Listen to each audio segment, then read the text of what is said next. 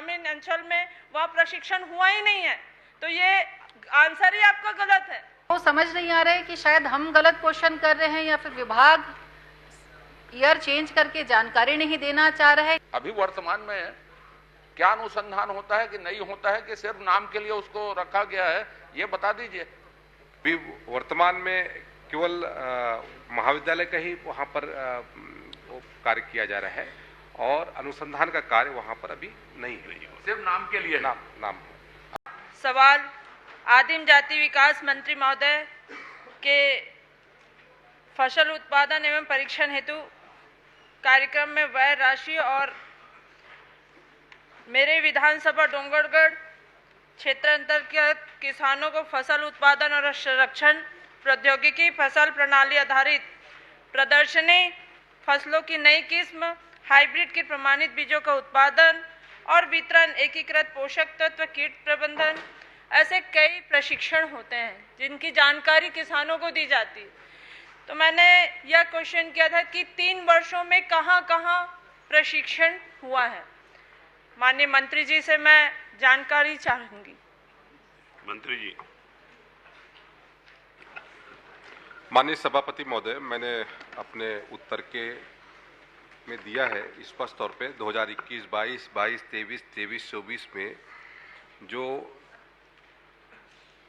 उनके माननीय विधायक के क्षेत्र में लगभग 39 प्रशिक्षण आयोजित हुए और 991 कृषक उसमें सम्मिलित हुए, जिसमें 2,66,808 रुपये व्यय हुआ है। और इसमें आपकी जानकारी के लिए मैं बताना चाहूँगा, डोंगरगढ़ में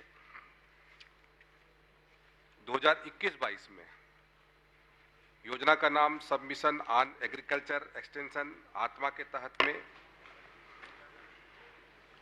किसान गोष्ठी किया गया और इसमें लगभग 65 किसान इसमें सम्मिलित हुए और उसी तरीके से आत्मा के तहत में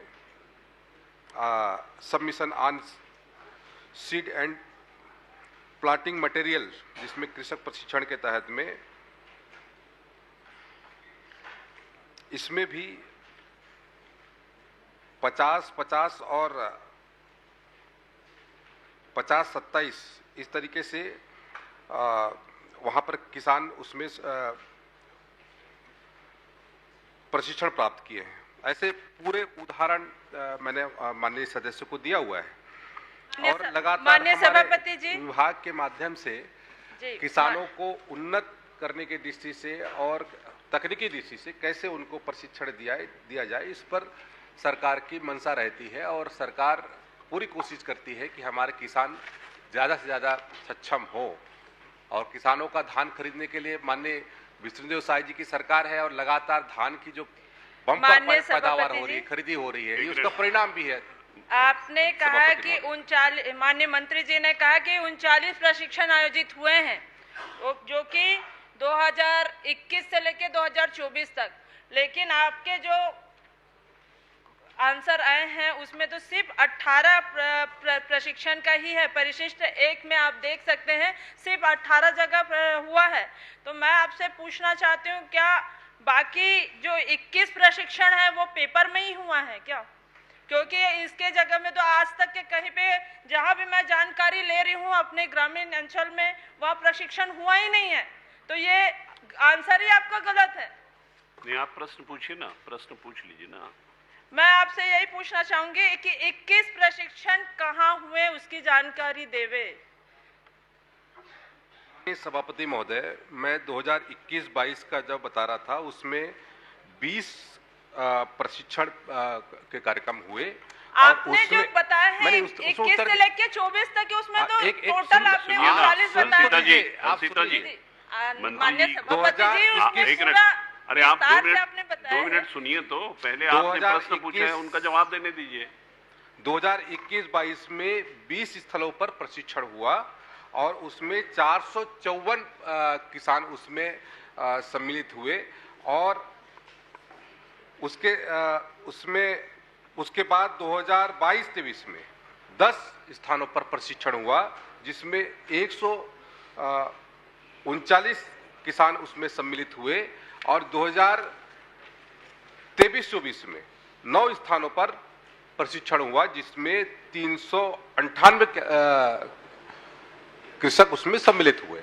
इस तरीके से पूरा 39 स्थानों पर प्रशिक्षण हुआ है और उसकी जानकारी मैंने आपको दी है, एक बार देखिएगा उसको। मैं देखी हूँ उस चीज को। आपका जो आंसर आया है उसमें परिशिष्ट 1 में फार्म स्कूल और किसान गोष्ठी प्रशिक्षण दिया गया है। क्या आप बताएंगे कि दोनों घट को एक एक करके समझा दें कि उक्त प्रशिक्षण में क्या क्या एवं किस तरह से प्रशिक्षण दिए हैं? जी, माननीय सभापति महोदय, डोंगरगढ़ के तहत में डोंगरगढ़ के विकास खंड में प्रशिक्षण स्थल जो है बारागांव खुर्द। हर्षिता जी, आप चाहती थी कि कितने जगह नहीं हुआ है, मंत्री जी बता दिए हैं।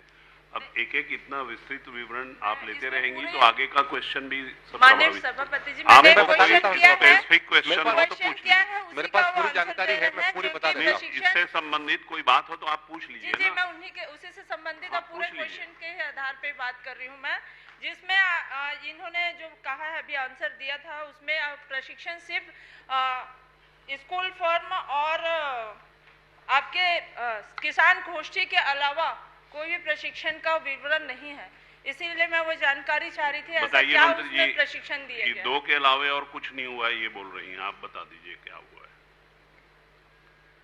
इसके तहत में हमने कृषक प्रशिक्षण, कृषक खेत पाठशाला, किसान गोष्ठी, फार्म स्कूल, इन सब चीजों के घटक के तहत में हमने प्रशिक्षण दिया हुआ माननीय है। मंत्री जी, माननीय और सभापति जी, मैं इसके आपके तहत माध्यम में से मैंने जानना चाहूंगी। पूरा विस्तार से वो इसमें जानकारी दी है। जी, ठीक है। यदि एक प्रशिक्षण आपको में दिया किसी है, विषय को एक लेकर मिनट, एक आखिरी आपत्ति प्रश्न है पूछ लीजिए, तो आखिरी। आप उसकी जानकारी आखिरी दीजिए। क्वेश्चन मेरा अभी 2 क्वेश्चन बचा, आपसे मैं संरक्षण चाहूंगी। नहीं, आप इसमें दोनों उपरोक्त इकट्ठे पूछ प्रशिक्षण लीजिए। में उन्नत कृषि उपकरण संसाधन संरक्षण, मशीनरी, जल संरक्षण उपकरण हेतु किसी प्रकार का प्रशिक्षण दिया ही नहीं गया है, तो ये कैसे संभव है? प्रशिक्षण किसान का संरक्षण में ये सारे चीज होते हैं कि नहीं होते हैं?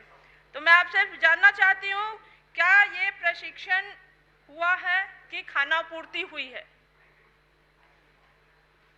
हमने सभापति महोदय, कोई खानापूर्ति नहीं हुई है। किसानों को उन्नत बनाने के दृष्टि से और चलिए, उनको श्री- अच्छे फसल ठीक- के दृष्टि से ठीक, उनको श्री बघेल लगातार लखेश्वर। प्रशिक्षण देने का काम किया जा रहा है। मैं नहीं हो गया, आप विस्तार से बता देता हूँ सभापति महोदय। इसमें आप देखेंगे 3-4 तो प्रश्न सिर्फ पूछ लीजिए। 18 जगहों पे हुआ है और उसमें भी पूरे विवरण है नहीं। किसान मित्र बनाए जाते हैं और किसान मित्र को भी पता नहीं कि कहाँ प्रशिक्षण हुआ है। नहीं, तो ये कैसे आपको संभव है? कहीं प्रशिक्षण कहीं हुआ की है। आप जानकारी बैठिए, है। मैं बैठिए, आप आपसे दोनों यही कहना बैठिए। चाहती हूँ कि हो प्रशिक्षण गया अगर हुआ मंत्री है जी, तो बैठिए।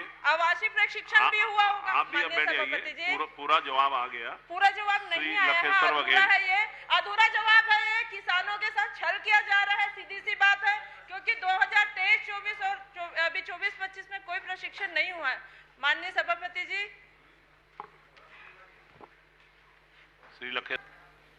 सभापति महोदय जी, प्रश्न को लेकर के कल से असमंजस की स्थिति बनी हुई है और पता नहीं ऐसा क्यों हो रहा है इंटेंशनली। कल भी मैंने वही सवाल पहले किया था और आज भी मैं वही सवाल पहले कर रही हूँ। प्रश्न जो लगाया गया था उस प्रश्न को, मूल प्रश्न को बदल करके फिर से जानकारी जिस सन से, जिस ईयर से मांगी गई थी 2019 से 24 तक के आदिवासी बैगा क्षेत्र में खेतों में ट्यूबवेल नलकूप खनन के विषय में जानकारी मांगी गई थी 2019 से 24 और वापस से मुझे जो आज जानकारी मिली महोदय जी वो है 21 से 24।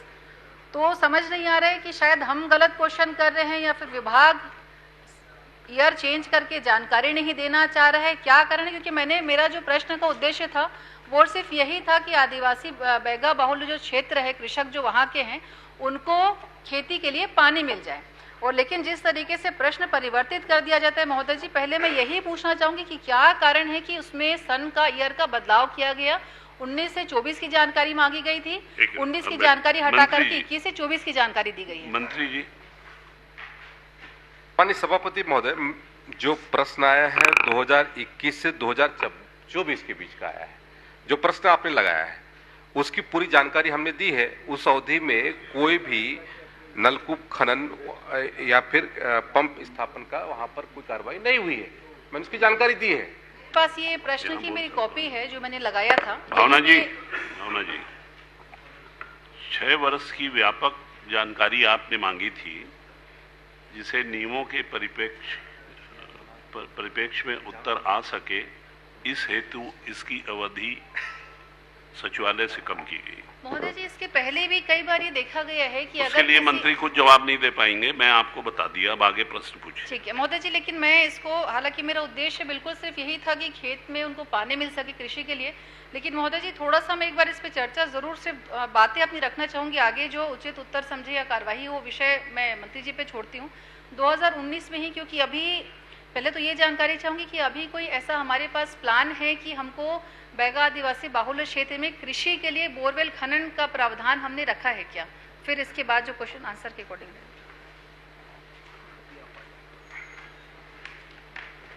माननीय सभापति महोदय, माननीय सदस्य ने जो जानकारी मांगी थी मैंने उसका ही उत्तर दिया हुआ है, और अलग से वहाँ पर हमारे विशेष पिछड़ी जनजाति के भाइयों के लिए जो पीएम जनमन योजना के तहत में बहुत सारे कार्यक्रम चलते हैं, और उस योजना के तहत में हमारे उन विशेष पिछड़ी जनजातियों के उत्थान की दृष्टि से, उनके विकास की दृष्टि से, चाहे कृषि के क्षेत्र में हो, शिक्षा के क्षेत्र में हो, अधोसंरचना के निर्माण में लगातार हम काम करते हैं और योजना बनाकर काम करते हैं, और हमारा कोशिश रहता है कि उन वर्ग को ज़्यादा से ज़्यादा सुविधा का लाभ दिया जाए।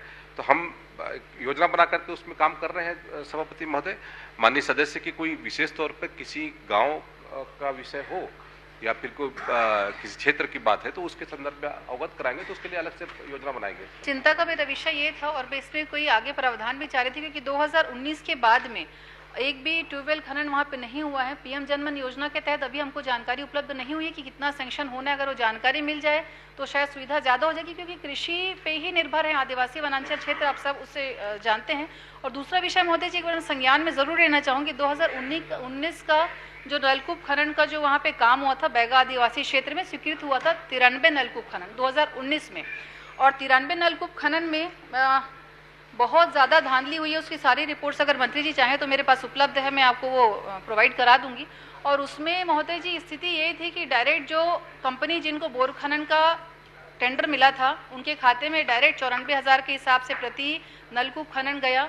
उसमें जो समय के तत्कालीन अधिकारी जो थे उनका और वो कंपनी की मिली भगत थी, और जीआई पाइप के जगह प्लास्टिक की पाइप का यूज किया गया था। प्रश्न में पूछ लीजिए ना। तो मैं यही निवेदन करूंगी, अगर इस तरीके से गड़बड़ियां हैं, सारा डिटेल मेरे पास है, तो एक बार उसकी जांच जरूर होनी चाहिए महोदय जी। और जांच का उद्देश्य ये नहीं है कि किसी को दंडित करना, जांच का उद्देश्य ये है कि जो बैगा आदिवासी क्षेत्र अगर उनके लिए कोई योजनाएं आती हैं तो बीच में जिस तरीके से उसमें गड़बड़ियां की जाती हैं उसके लिए लोगों को सबक मिले। इसलिए मैं चाह रही हूँ कि इसमें आगे जो उचित कार्यवाही हो, आदरणीय मंत्री जी उसमें अपना संज्ञान जरूर लेंगे।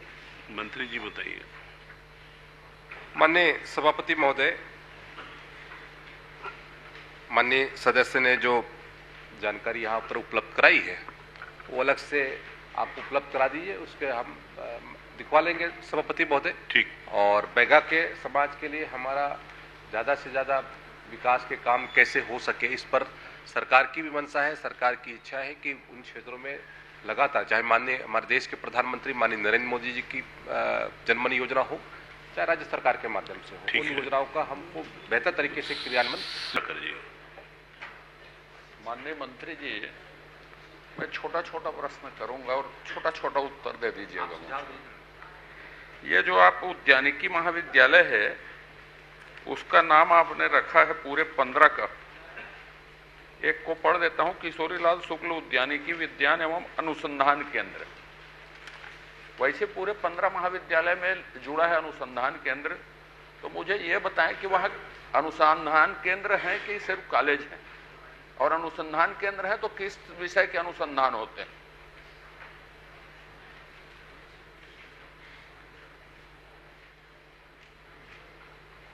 माननीय सभापति महोदय, माननीय सदस्य ने जो जानकारी चाहिए मैंने उसको पूरा उपलब्ध कराया है, और जो हमारे विश्वविद्यालय है उसके साथ में अनुसंधान केंद्र के लिए आपने पूछा है, भविष्य में हम अनुसंधान केंद्र के दृष्टि से भी हम काम करेंगे ताकि ज़्यादा से ज़्यादा हमारे भविष्य में बाद में जाएंगे ना।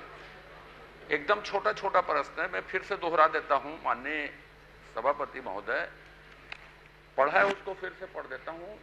किशोरीलाल शुक्ल उद्यानिकी महाविद्यालय एवं अनुसंधान केंद्र राजनांदगांव। तो ये कॉलेज है कि कॉलेज और अनुसंधान केंद्र दोनों हैं, और यदि अनुसंधान केंद्र हैं, ये पूरे 15 महाविद्यालय में लिखे हैं ना, पूरे 15 महाविद्यालय में अनुसंधान केंद्र लिखे हैं, एक में नहीं लिखा।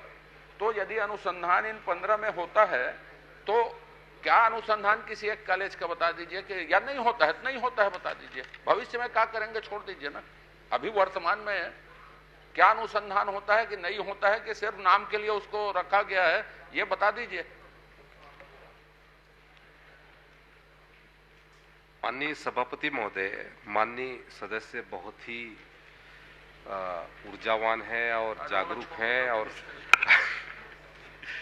आप स्वयं देख रहे हैं सभापति महोदय, माननीय सदस्य भार साधक मंत्री अभी हमारे साथ नहीं है, वो दिल्ली गए हुए हैं। अब उनका उत्तर मैं दे रहा हूँ। बहुत सारे विषय पे तो मुझे भी अभी जानकारी प्राप्त हो रही है कि मेरी क्षेत्र में भी बहुत सारे ऐसे काम हुए हैं, तो उनके संदर्भ में हम लोग वो कर रहे हैं। माननीय सभापति महोदय, अभी वर्तमान में केवल महाविद्यालय का ही वहाँ पर वो कार्य किया जा रहा है, और अनुसंधान का कार्य वहाँ पर अभी नहीं है, सिर्फ नाम के लिए नाम है। अभी वर्तमान में अभी तक सिर्फ नाम के लिए ही अपन तय कर रहे। कोई बात नहीं, चलिए आगे बढ़ते हैं। मैं तो इसीलिए आप भार साधक हैं इसलिए छोटा छोटा पूछा साहब। अब ये बताइए साहब कि कितने पद शैक्षणिक के रिक्त हैं और कितने प्रशासनिक पद रिक्त हैं स्वीकृत के विरुद्ध? इतने प्रशासनिक पद स्वीकृत हैं, इतने शैक्षणिक पद स्वीकृत हैं, और उसके विरुद्ध इतने भरे हैं और इतने रिक्त हैं।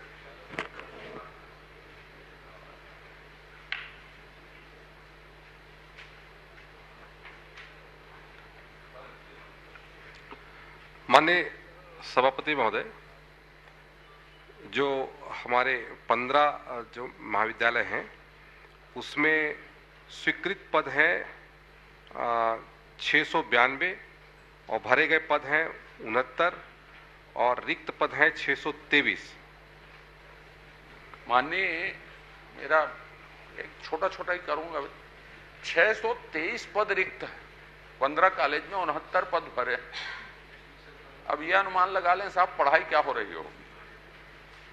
यदि आप बोल सकते हैं इसके लिए कोई वैकल्पिक व्यवस्था की गई है पढ़ाई के लिए, या आप प्रतिपूर्ति करने जा रहे हैं, या भर्ती करने का कोई कार्यक्रम है, वर्तमान में कक्षाएं किस तरह से कैसे संचालित होती हैं और उसके लिए क्या इंतजाम किए गए हैं, ये बता दीजिए। फिर एक छोटा सा प्रश्न और करूंगा मैं बस। माननीय सभापति महोदय, पिछले 5 साल में केवल कॉलेज खोला गया और पदों की भर्ती के पूर्ति के लिए कोई कार्रवाई नहीं की गई। लेकिन अभी जो आपने पूछा है उसके तहत में हमारे इन संस्थाओं में 50 शिक्षकीय स्टाफ है जो रेगुलर हैं, और गेस्ट टीचर के रूप में 41 कार्यरत हैं, और पार्ट टाइम टीचर के रूप में 62 कार्यरत हैं। कुल लगभग 153 स्टाफ वहां पर कार्यरत है।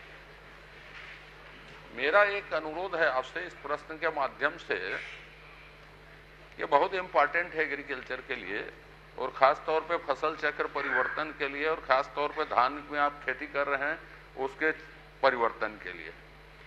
पार्ट टाइम है, अतिथि हैं, इसके हैं, उसके हैं। आपने जो जानकारी दी है साहब, जिस तारीख तक प्रश्न दिया है उस तारीख तक तो इसकी व्यवस्था नहीं थी, जिस तारीख तक का उत्तर दिया है। क्या इसकी भर्ती अभी 15 दिन में कर दी गई प्रश्न के बाद, जितना आप बता रहे हैं उसको? मुझे कम से कम ऐसा उत्तर तो विभाग से मत दिलवाइए। जो खाली हुआ है वो 15-20 दिन के अंदर भर्ती कर ली गई क्या 141 लोगों की? एक उसको बताएंगे। दूसरा छोटा सा, क्योंकि आपने लिखा है कि प्लेसमेंट आप करवाते हैं और उसका रिकॉर्ड नहीं रखते। आपने प्लेसमेंट एजेंसी जिस लेवल में भी खोली होगी, कॉलेज लेवल में, विश्वविद्यालय लेवल में, उस प्लेसमेंट एजेंसी में कितने लोग हैं, कौन कौन स्तर के लोग हैं, उसका नाम पता बता दीजिए मुझको।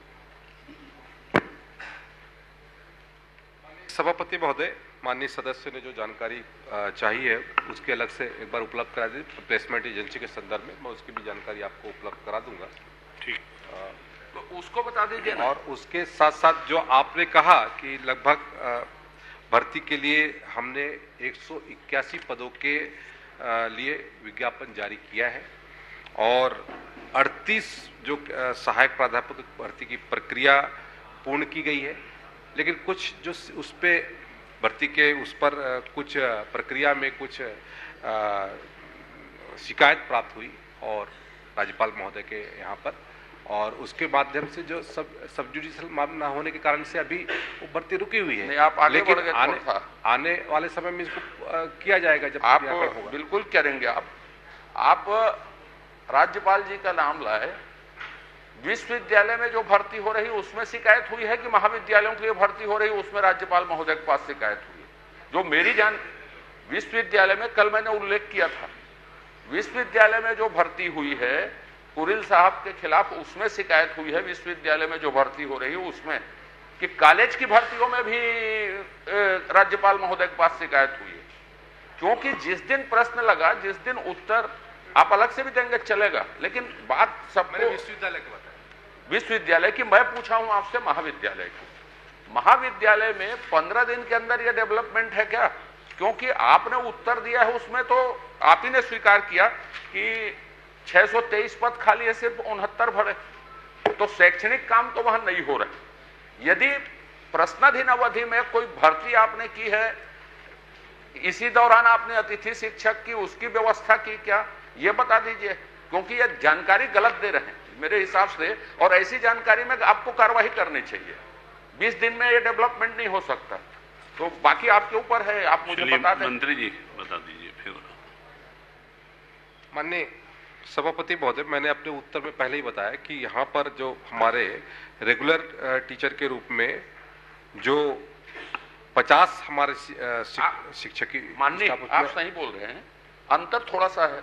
मेरे को जो आपने उत्तर दिया उसमें आपने 623 रिक्त बताया है जी, अभी आप बता रहे हैं कि इतने कार्यरत हैं। हाँ, नहीं तो ये सुनिए ना, मैंने इनके टीचर का बताया, अब उसमें आप जो चपरासी है और जो निचले के स्टाफ है उसको लेकर के एक कोई बोलिए ना, आप बैठिए। सर मैं क्लियर कर देता हूं जो आप बताए हैं उसी को।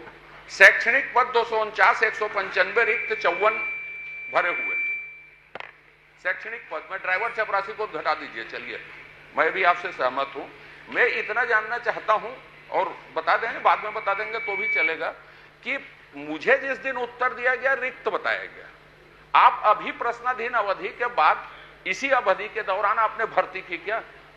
जो संख्या बता रहे हैं वो अंतर है उसमें, तो अभी भर्ती शुरू हुई क्या, प्रश्न किया उस दौरान, ये मैं जानना चाहता हूं। इतनी तेजी से कर रहे हैं तो बस, और कुछ नहीं।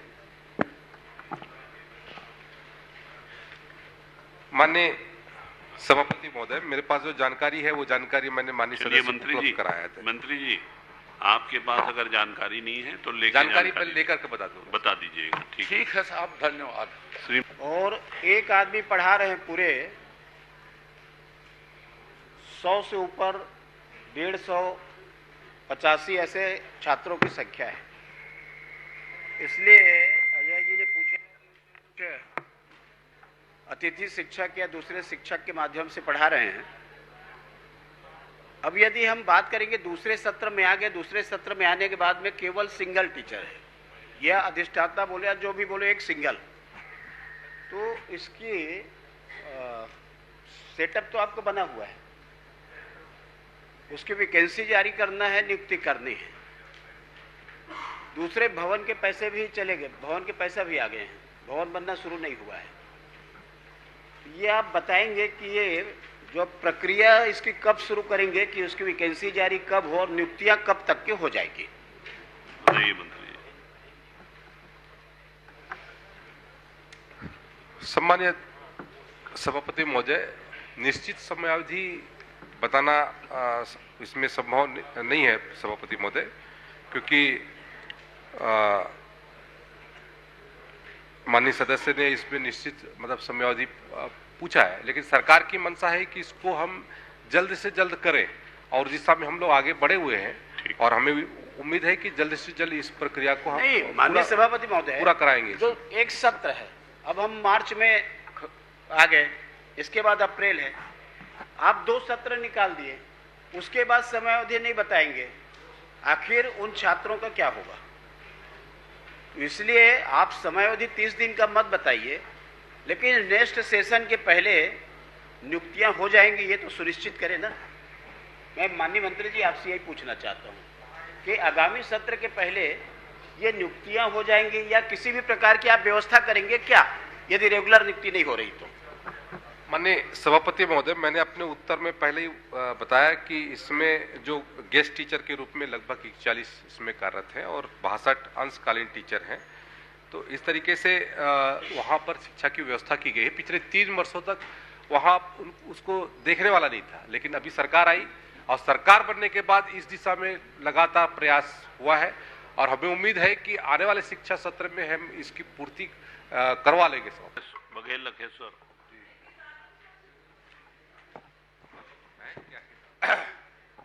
सभापति महोदय, आपके संरक्षण की जरूरत है। मामला बच्चों की मौत का है। छत्तीसगढ़ राज्य में हमारे छात्रावास आश्रमों में वो हमारे बेटे बेटियां सेफ नहीं है सर। लगातार 2000 इनके शासनकाल में लगातार लगभग 40 मौतें हुई है। मैं 3 साल की मौत का डाटा मांगा था, तो 2023 में 4 मौत हुई और 23-24 में 4 और 24-25 में लगभग 17 मौत इन्होंने जानकारी दी है। लेकिन इस संबंध में मैं पिछले बार 20 दिसंबर जो अपने वर्षाकालीन सत्र में पूछा था, उन्होंने 11 मौत की आंकड़ा दी थी और संशोधित आंकड़ा 14 की बाद में उन्होंने दिया, वेबसाइट से मैं निकाला हूं। तो उसमें से भी इन्होंने जानकारी उसमें से भी छोड़ दी है। ये आप प्रश्न पूछ लीजिए ना जो चाहते हैं। नहीं, जो जानकारी बता रहा हूँ। नहीं, जानकारी मंत्री जी बताएंगे ना, आप क्वेश्चन पूछ लीजिए। तो मंत्री जी, आपसे जानना चाहूंगा कि वर्ष 24-25 में कितने मौत हुए?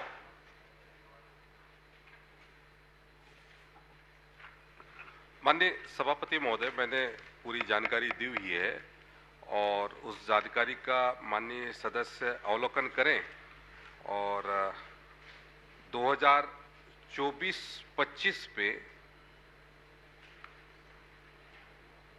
2 मौतों की जानकारी है सभापति महोदय, 2 मौतों की। 24-25 में 2 ही मौत है। ये जानकारी में तो 24-25 में नारायणपुर में 1, बीजापुर में 1, फिर बीजापुर में कोंडागांव, फिर कोंडागांव, ऐसा करके सर कुल मिलाकर के 25 मौतें हुई हैं सभापति महोदय। और 24-25 के मैंने पूरे 2022-23, 23-24 और 24-25 के पूरे आंकड़े दिए हुए हैं।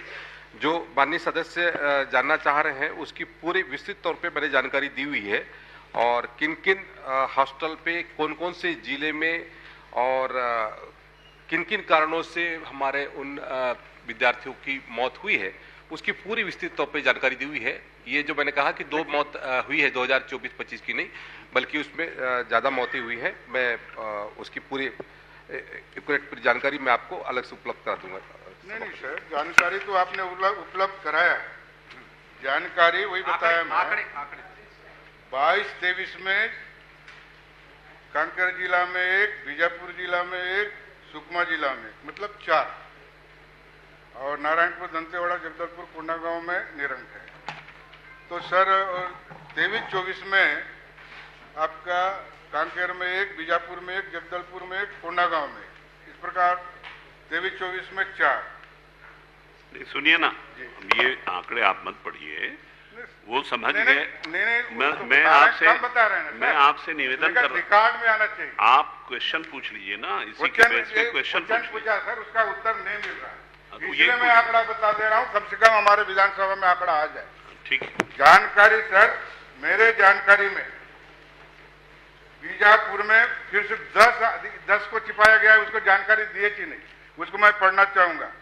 संगमपल्ली में 14 जुलाई 2024 को मलेरिया से मृत्यु हुई है ना। देविका जवाब उसका नाम है, अपना 9वीं कक्षा में पढ़ती है।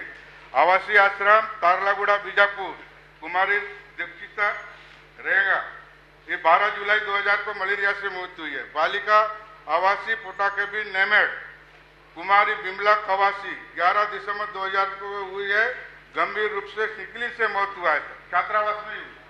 मैं ये सारे आंकड़ा, क्योंकि मंत्री जी के पास आंकड़ा नहीं है इसलिए मैं बताना चाह रहा हूँ। माता रुक्मणी आश्रम धनोरा बीजापुर में शिवानी तेलम 10 दिसंबर 2024 को फूड पॉइजनिंग से मृत्यु हुई। इस संस्था में 35 छात्राएं फूड पॉइजनिंग से शिकार हुए थे। अब आप इसमें प्रश्न तो पूछिए, मैं वही तो कह रहा हूँ। जानकारी नहीं मिल रहा है सर, कम से कम हमारे तो आप जो भी है पूछिए ना, पूछिए, उनके पास जानकारी नहीं है तो कम बता रहे हैं। कुछ प्रश्न पूछिए ना कि जानकारी है नहीं है। कम से कम विधानसभा में रिकॉर्ड आ जाए सर, हमारे इतने लोग मृत्यु हुई है करके, क्योंकि ये उनके विभाग के पास जानकारी है ही नहीं। वो जवाब दे। माननीय सभापति महोदय, मैंने जो जानकारी दी है उसके तहत में 3 वर्षों में 25 मौतें हुई है और उसकी जानकारी मैंने आपको परिशिष्ट में उपलब्ध कराया हुआ है जी। और इसके अलावा कोई जानकारी चाहिए तो वो अलग से उपलब्ध और करा देंगे। ठीक है, ये जानकारी दीजिए सर। 10 मौतें और हुई है। कौन सी? 10 मौतें और हुई है, उसकी जानकारी आपके परिशिष्ट में नहीं है ना। ये जानकारी दीजिएगा मेरे को। माननीय सभापति महोदय, काफी गंभीर बात है, सदन को माननीय सदस्य 10 मौत हुई है, जानकारी गलत दे रहे हैं माननीय सभापति महोदय, और ये पहली बात नहीं है, कई बार ऐसी रिपीट हो रहा है। विधानसभा में मैं उठाया था, माने 20 दिसंबर को आई थी और बार बार गलत पिछली बार जानकारी आंकड़ा गलत है सर, इस बार माने बोलने तो दीजिए। माननीय सभापति महोदय, जी माननीय सभापति महोदय, माननीय सदस्य ने ट्राइबल विभाग की जानकारी चाहिए और हमने ट्राइबल विभाग की जानकारी दी। ये भी ट्राइबल है सर। पोटा कैबिन कौन चलाता है? इसके पोटा कैबिन एजुकेशन के माध्यम से चला जाता है जी, RMSA के माध्यम से होता है जी जी। ठीक है। और कुछ पूछना है? नहीं, मैं पूछ रहा हूँ माननीय सभापति महोदय। नहीं पूछेंगे? नहीं पूछूंगा। हाँ पूछिए। तो पिछले बार सर ये गोलावंड में आपके विधानसभा के उसमें मृत्यु हुई थी, वो जानकारी इसमें आपका उपलब्ध नहीं कराया है। गोलावंड में कब मृत्यु हुई सर, उसके बारे में बता दीजिएगा थोड़ा।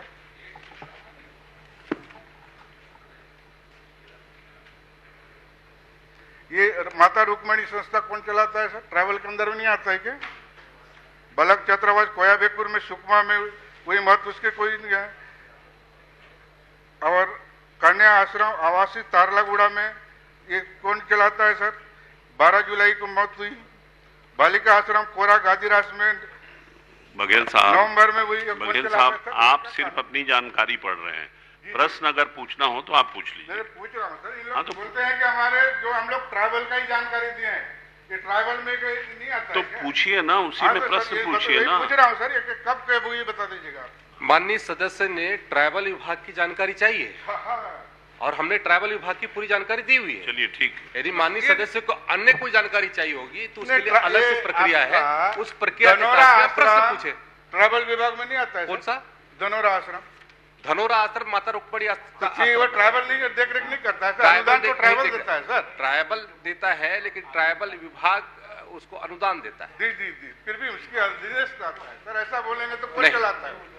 कौन चलाता है? देखिए वो अभी भारत साधक मंत्री के रूप में यहाँ जवाब दे रहे हैं। नहीं सर, आपको जो कोई भी दे जवाबदारी के साथ, जवाबदारी ट्राइबल विभाग उनके पास 15 साल पिछले बार भी मुझे बोलने तो दीजिए, जी, मुझे तो बोलने दीजिए। वो बोल रहे हैं कि मैं जानकारी दे रहा हूं, अगर और आपको कोई जानकारी चाहिए तो वो आपको उपलब्ध करा देंगे। श्रीमती भावना वोरा। मेरा क्वेश्चन पूरा नहीं हुआ है। पिछले बार भी मंत्री जी बताए थे कि जो गलत जानकारी थे कार्रवाई करूंगा। पिछले समय का भी मैं सब निकाल लिया हूं सर। पूछिए ना। दिसंबर में ये सर पिछले 20 दिसंबर को आपने गलत जानकारी दी थी, अधिकारी के ऊपर कार्रवाई करूंगा करके आपका वक्तव्य है सर। क्या कार्रवाई की है अभी तक बता दीजिएगा। बताइए भाई।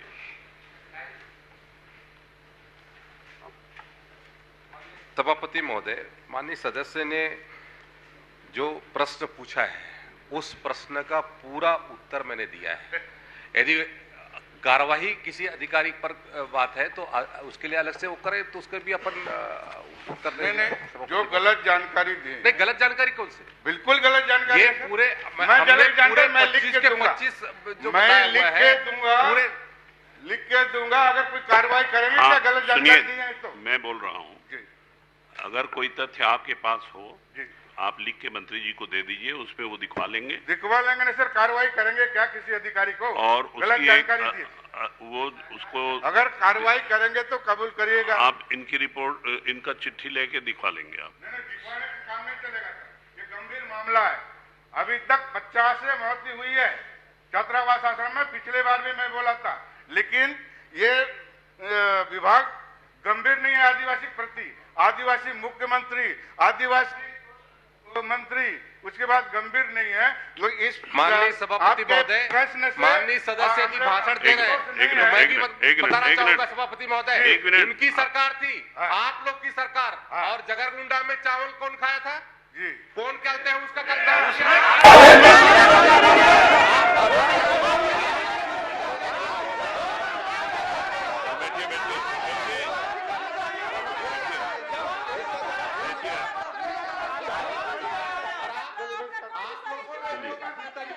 श्रीमती भावना बोहरा, मंत्री जी बैठिए, मंत्री जी बैठ जाइए। हम लोग को धरना देना पड़ा सभापति महोदय। श्रीमती भावना बोहरा। सभापति महोदय जी, जब इनके सत्यता बात आता है तो सीधा निकल जाते हैं। बैठिए बैठिए, बैठ जाइए, सुनने बैठ का जाइए कोई ना। नहीं। अरे बैठिए ना, क्वेश्चन और कुछ। धन्यवाद माननीय सभापति महोदय जी। ठीक, श्रीमती अनिला भेड़िया। माननीय सभापति महोदय, मैं लॉ अयस्क लोडिंग अनलोडिंग और प्रदूषण पर्यावरण नियमों के बारे में माननीय मंत्री महोदय से जानकारी चाहिए थी।